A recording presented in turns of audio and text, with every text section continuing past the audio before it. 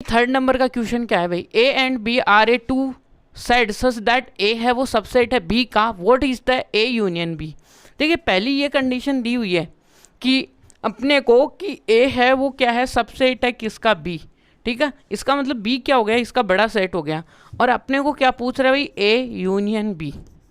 अब अपने को पता है भाई ए तो बी के अंदर आ ही गया पहले से ही, तो ए हम क्या लिखते हैं, वो सारे एलिमेंट जो दोनों में आए, इसका मतलब बी ही इसमें आएगा। देखिएगा कि बी क्यों आएगा, देखिए एक एग्जांपल देखिएगा, एग्जांपल से और भी अच्छी तरीके से समझ में आएगा यहाँ से कि 1 2 3 4 है और अपने पास एक बी सेट होगा,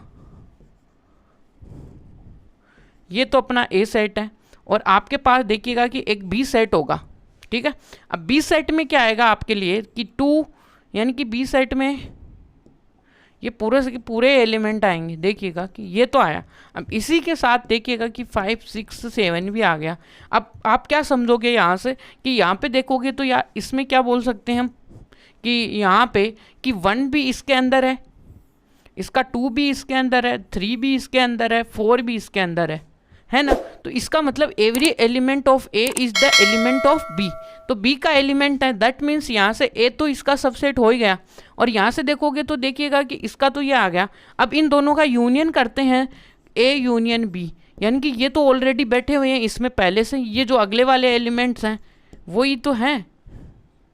क्या करते हैं भाई, यूनियन में दोनों के एलिमेंट प्रेजेंट होने चाहिए। इसका मतलब यहाँ से देखिएगा 3 4 और 5 और 6 और 7 ये है यहाँ तक, तो यही अपने पास देखिएगा कि क्या आ गया, अपने पास ए वापस से क्या आ गया, अपना बी आ गया।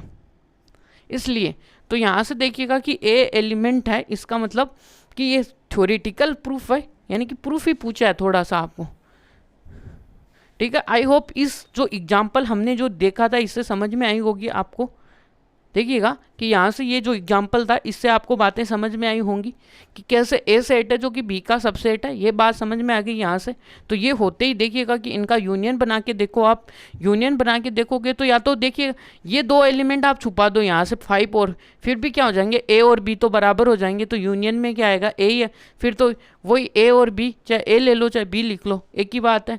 जब थोड़े से इससे थोड़ा सा बड़ा नंबर लेंगे, यानी कि इससे थोड़े से ज़्यादा एलिमेंट्स इस सेट में लेंगे 5 और 6 7, तो यहाँ पे देखने लायक बातें होंगी कि अपने पास बी सेट ही क्या आएगा, निकल के आएगा यूनियन में। तो देखिएगा अब हम इसका सॉल्यूशन लिखते हैं, तो देखिएगा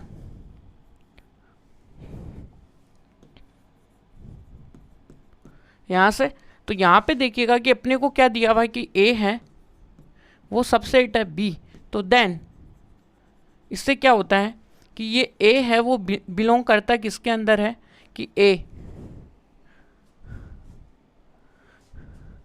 ए सबसेट बी है। इसका मतलब क्या हो गया कि यहाँ पे आएगा for all A belonging to, किस में है, ए में है, तो ये इम्प्लाई क्या कर देगा कि फॉर ऑल ए होंगे वो बी में भी होंगे। सारे के सारे जो ए एलिमेंट हैं, यानी कि एक फॉर ऑल का मतलब जो सारे के सारे जो भी एलिमेंट है जो कि ए में बिलोंग कर रहे हैं वो किस में आएंगे, वो बी में भी आएंगे। इसका मतलब ये सबसेट से हुआ है।